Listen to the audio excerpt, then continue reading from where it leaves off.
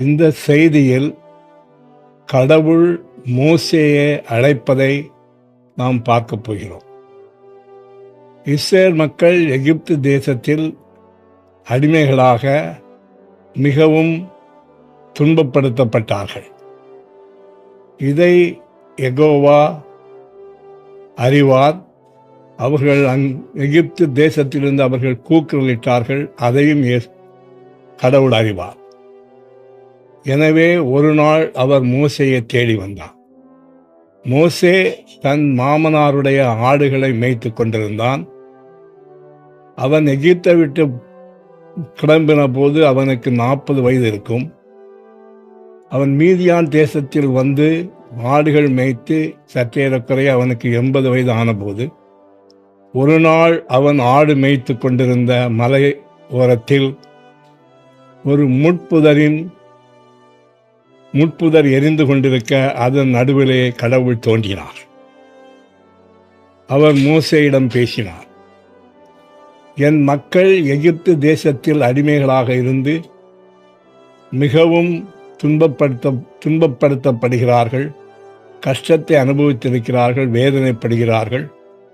அவர்கள் என்னை நோக்கி கூக்குரலிட்டார்கள், கதறினார்கள், மன்றாடிக் கொண்டிருக்கிறார்கள். அதை நான் கேட்டேன். எனவே அவர்களை விடுவிப்பதற்காக நான் இறங்கி வந்திருக்கிறேன். ஆனால் அதை எனக்காக செய்வதற்கு ஒரு நபர் தேவை. நீர்தான் சரியான நபர் என்று நான் அறிந்து கொண்டபடியினால் உன்னை தேடி வந்திருக்கிறேன் என்று மோசேயிடம் சொன்னார். நான் உன்னை எகிப்து மன்னன் பார்வோனிடம் அனுப்பப் போகிறேன்.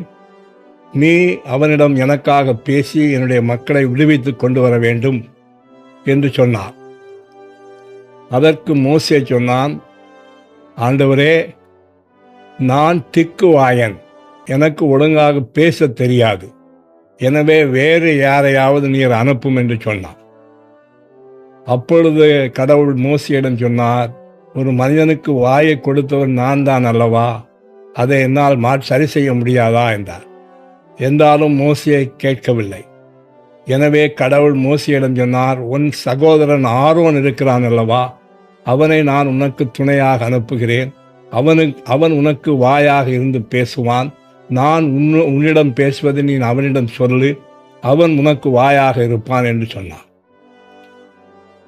என்று அவர் மோசேயை சமாதானப்படுத்தி எகிப்து தேசத்துக்கு சொன்னார். மோசே கடவுளுடைய அழைப்பை ஏற்றுக்கொண்டு எகிப்து தேசத்துக்கு போனோம். அங்கு என்ன நடந்தது என்பதை வரும் செய்திகளில் நாம் பார்ப்போம். ஆண்டவர் இயேசு கிறிஸ்து தாமே நம்மை ஆசீர்வதிப்பாராக. ஆமென்.